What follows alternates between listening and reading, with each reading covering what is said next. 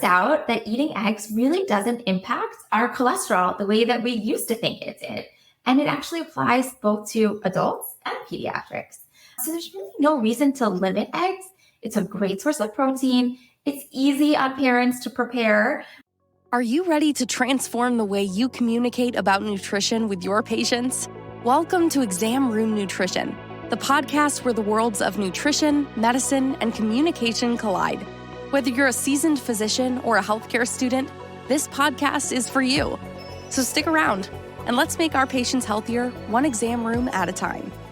Welcome back to the Exam Room Nutrition Podcast. I'm your host, Colleen Sloan. I'm a registered dietitian and pediatric PA. Does anyone remember the show MythBusters, where two Hollywood special effects experts attempt to debunk urban legends by directly testing them? I loved this show because I love science and I love truth. And I think that's exactly why I love nutrition and medicine, because it blends the two together so nicely. And so for today's episode, we will be having my version of Nutrition MythBusters, pediatric nutrition style. And to help me uncover the truth about 6 different nutrition claims, Ayelet Goldhaber is with me today. Ayelet is a pediatric dietitian with specialty in infant and toddler nutrition, allergies, and nutritional aspects of complex care management. Currently working in both private practice and at a major teaching hospital in New York City. You can follow her on Instagram, and that's where I met her. So I highly recommend that you follow. All of her content is fantastic. You can find her at The Kids Nutritionist. Ayelet, welcome to the show. Hey, Colleen. Thanks for having me. So I'm so excited to do this because, like I said, I really love the MythBusters show. So I think this is going to be a really fun concept to really clarify some of those myths that some of our patients might come to us and asking for our opinions on. All right, so let's just jump it right into myth number 1. So the first myth that somebody might come to us is that we should limit eggs and egg yolk to prevent high cholesterol and fat. What do we say back to that? I love this question because I get it all the time.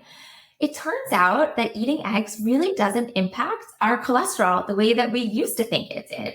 And it actually applies both to adults and pediatrics. So there's really no reason to limit eggs. It's a great source of protein. It's easy on parents to prepare. We can prepare it ahead of time. We can even make scrambled eggs in little egg cups and freeze them. We can do it hard boiled. We can cook with them. They're so great to have on hand. There's no reason to limit. It will not impact your baby's cholesterol. Beautiful. Now, since we're on the topic of eggs, I'm going to just linger here a little bit, although it's not part of this myth. I know some people are asking this, and this comes up a lot. You know, the recommendations to introduce eggs earlier has been newer. My question to you, to clarify some egg questions, is do we need to separate the yolk from the white the first time we introduce it, or can we just give it together like as in a scrambled egg? So we can serve them together the first time, the second time, anytime. It turns out that the yolk is a really great source of healthy fat for babies. It has a lot of nutritional value.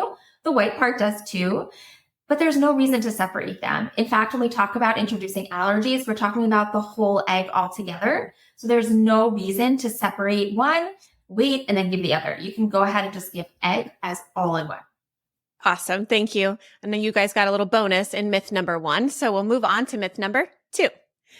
Now, I hear this a lot with families who are first starting to introduce solids. And this is the myth of giving a baby fruit first will prevent them from liking veggies. What do we say to that? So there is no concrete evidence that this is true. In fact, even anecdotally, it's likely not true. We eat all kinds of different flavors, and it doesn't mean we're not going to like one over the other. It might mean we have likes and dislikes, which is normal. But just because we're eating fruit doesn't mean that we're not going to like other flavors too. I think fruit is a great way to introduce all kinds of nutrients and vitamins and even extra hydration and fiber to your baby. There's no reason to hold off. And we really don't think that that's the case. It doesn't mean they're not going to like vegetables. As long as we continue to introduce everything and continue to provide a varied diet, they're likely to not really play a role. I love that. That's great. And kids really love fruit. You know, it's sweeter. It tends to be more palatable for them. So no need to avoid introducing those foods. So awesome. Let's move on to myth number 3. And this one comes up a lot in pediatrics in the topic of milk. And the myth is that kids must change to low-fat milk at age 2. What do we say to this myth? Okay, I think that this is simply no longer the case. This has been a lingering recommendation. However, we also have new evidence that milk fat is actually really good fat. So it provides a lot of nutritional advantage. And we also know that kids aren't gaining excessive amounts of weight as a result of drinking whole milk. They're likely gaining excessive amounts of weight from sugar, from junk food, from fried food. It's really a lingering recommendation back from when we didn't understand where the pediatric obesity was coming from. I love to recommend to all my patients and my clients that we continue whole milk throughout because it's so good for you. It's satiating, it has a nutritional advantage. So I don't think that there's a need to switch immediately to lower fat milk. And this might be a caveat, right? These are general recommendations. So of course, if we have a toddler who is well above the 100th percentile and maybe they're extremely selective eaters, so they are drinking, let's just say over 34, 36 ounces of whole milk, might that be a scenario where we might suggest switching to whole milk, or would it just be total volume that we would recommend to cut back on? It probably would be total volume. I would say we do know that drinking too much milk has some downside as well. So I would probably work with that toddler to introduce other sources of nutrition and introduce other sources of hydration to kind of reduce the milk volume and allow for other foods to enter into the picture. Awesome. Super helpful. All right, let's move on to myth number 4. And I hear this one a lot, and it probably came from some older guidelines and older literature, but I think it can be quite overwhelming for parents. So the claim states that children must have been exposed to 100 foods by year 1. Is that true, or is that busted? Busted. This makes me crazy. I mean, talk about pressure for a parent, right? To have to not only introduce foods, but to count them as you're introducing them, and then to keep a tally for a full year. This is totally busted. There is no reason for this. There's no evidence that we need a certain amount of foods by a certain age. We just want to encourage positivity around eating at a young age. So accepting foods that they enjoy, offering a variety of foods, offering family foods, foods that other family members are eating are really great. So a lot of kids will probably naturally hit this mark, but there's no reason to count it. And there's no reason to add extra stress to the family. Love that. Yeah. Keep it simple, because that's overwhelming to me. Even I'm sitting here thinking, gosh, like 100 foods. Do I eat that variety in 2 or 3 days? Probably not, right? We all have our preferences. We all have foods that we gravitate toward, and your preferences can change and they kind of ebb and flow over time and with the seasons. So I love that you just encourage to keep it simple and to not stress about the variety of foods, as long as you're being consistent and offering a variety. All right, so let's move on to myth number 5. The claim states that babies cannot have spices or seasonings. All right, what are your thoughts on that? They definitely can have spices and seasonings. In fact, introducing these things early, it could potentially be related to a broader palate, better acceptance of different foods.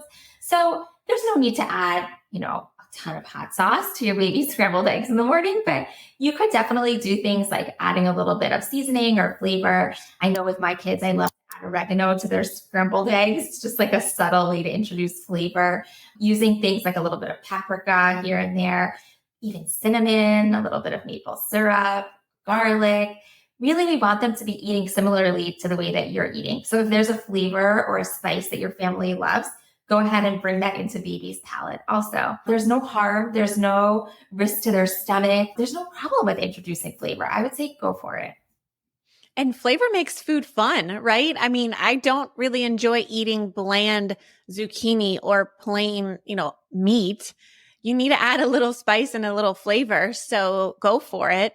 And especially some cultures are extremely flavorful. The Indian cuisine and even the Haitian Creole cuisine is full of flavor. And I love that you mentioned that we should be preparing foods for the entire family. So however you eat your food is how your baby should eat their food. Make it consistent. I always tell my patients, hey, it's one family, one meal. we're all eating the same foods. You might need to adjust the consistency or the bite sizes, but it should be the same meal. So keep those seasonings and those spices in your meals. All right, this is the last one. This is myth number 6.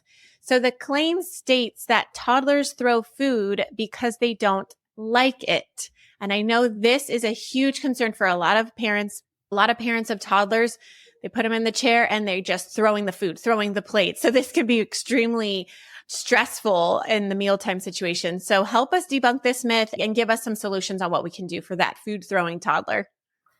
Okay, lots of toddlers and babies throw food. So number one is you're not alone. If your kitchen floor is just covered all the time and you're walking around stepping on blueberries and scrambled eggs, totally normal. So there's probably a few reasons why kids throw food, toddlers specifically. One is it's funny and they are getting to watch something actually happen in real time. That's exciting to them. So taking the food, dropping it and seeing it on the floor, that's actually like a cause and effect kind of thing. That's really interesting to them. So they're probably doing it because they think it's fun, right? And it is fun and it's hilarious. Same with like a water bottle dropping to the floor. It's like a drop and then a boom, right? And then they get a reaction from us. So there's a lot happening that's really exciting to them. That's one. Sometimes they throw food because they're done. Maybe they're not hungry. Maybe they're feeling full. So maybe the meal was going great and then all of a sudden they're throwing food and we're feeling like, oh no, what happened? We hit a wall. Well, that might be their way of saying, I'm done. Get me out of this high chair. I want to roam around.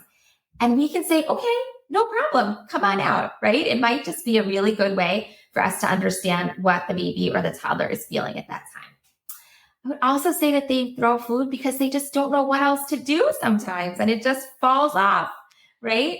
So there's a lot of reasons why they're doing it. It could be that they don't like the food, but more likely it's one of those things. It's that they think it's fun, they're getting a rise out of you, or they're just trying to tell you something like, get me out of this high chair, I'm finished, I'm full.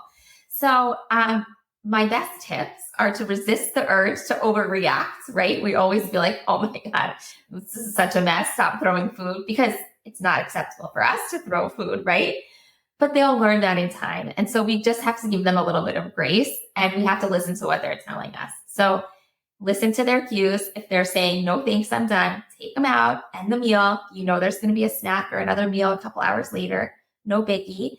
And then also kind of curtail your reaction, right? You might say, okay, you dropped food, no biggie, right? And then the reaction and the behavior might actually stop. So lots of reasons why toddlers are doing it, but usually it's not just because they're feeling angry and they want to make you a little crazy. And it's not always that they don't like the food. It could be a whole myriad of things.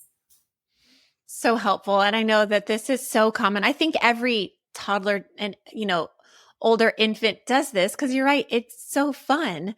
And I have so many pictures of my daughter when she was little. She would take little pieces of her oatmeal and feed it to our dog. So if you've got pets in the house, talk about fun, because now you're getting a rise out of the dog who is just enamored with this little sticky, sweet, delicious toddler throwing food at them. So I think you're right. Just kind of curtail your response a little bit and don't make it a big deal. They will eventually learn how to behave at the table. And I think another important thing is making sure that the parents are sitting down with the toddler. It's no fun if everybody else is playing or sitting on the couch or doing something else and the toddler's just sitting there in the high chair alone. Nobody likes to eat alone. So those family meals are extremely important. Well, this episode of MythBusters was so fun, Ayelet. Thank you so much for coming on. Is there anything else that you would like to leave our pediatric practitioners? Any final pieces of wisdom that you think might be helpful to them? I would say lean into your dietitians, use them. That's what we're here for. We love talking about food. We love talking about challenges around food. We love helping families make it a little bit easier wherever we can. So use us. We love to be part of the team. Collaboration is so great. I would say like my best clinical experiences and outcomes have come from working very closely with physicians on a case together and being able to kind of ping pong and share our ideas back and forth. And I feel that has always led to the best success with our patient population. So use us. We like to be part of the team. Yes, I love it. And if you have any questions or maybe any nutrition claims that you would like busted by Ayelet, please go ahead and reach out to her at Instagram at The Kids Nutritionist. You can always send me a message as well at Instagram at Exam Room Nutrition. Ayelet, thank you so much for your time. I'm so grateful for the gift that you provided us. I know you're super busy. You're a mama yourself. You're working. So thanks so much for jumping on. We'd love to have you back again. This has been so much fun. Thank you so much, Colleen. Before we move on to my nutrition notes segment, I wanted to let you know that we have partnered with Patricia Skolnick Nutrition for all things gut health. Patricia is a registered dietitian specializing in GI disorders, and she's currently accepting new clients. Refer your patients to her website at www.patriciaskolnicknutrition.com. If you use code EXAMROOMNUTRITION at checkout, you'll get 10% off any of her products available. And if you're looking for a more comprehensive answer to improving your GI symptoms, the Digest Health Back to Basics program is open for enrollment. This is a 6-week hybrid virtual group program to get you started on your digestive health journey. This program has limited spots and gets started in the week of September 4th. Don't forget to use code EXAMROOMNUTRITION at checkout to receive 10% off all of her programs. All right, guys, now it's time for my nutrition notes. In this section, I will leave you with a nutrition tip, an encouraging quote, or an interesting case that I think might add value to your day. So today I'm going to leave you with a nutrition tip, and this is to continue the discussion that we just ended with in regards to toddlers throwing food if they're in a high chair. And I wanted to touch on what things you need to look for in a high chair to make sure that your child is appropriately set up in their chair, because optimal positioning in the high chair is the key to safe and successful feeding. First of all, you need to make sure that your baby can sit unassisted on the floor on their own. This just ensures that they have adequate trunk strength to be able to safely sit in a high chair. If the baby can sit unassisted and you need to put a few cushions in or around the high chair, you can do so just to prevent them from squirming around too much. And a great rule of thumb for safe high chair positioning is the 90-90-90 rule. And this means that the child should be sitting and have a 90-degree angle at their hips, at their knees, and at their ankles. This allows for stability throughout the whole body. An angle at the hips and knees is natural in the sitting position, but the angle at the ankles can sometimes be difficult to achieve. So this is where you might want to purchase or make sure that your high chair has a footrest. These can be adjustable as well, which I highly recommend because then it can grow with your baby. As they get to the toddler age, you might need to lower it down so that they can sit more comfortably. Regarding the tray, make sure the baby is sitting close to the tray and it should be at about the belly button level. This just ensures that the food is easy to reach. Well, I hope you found value in today's content.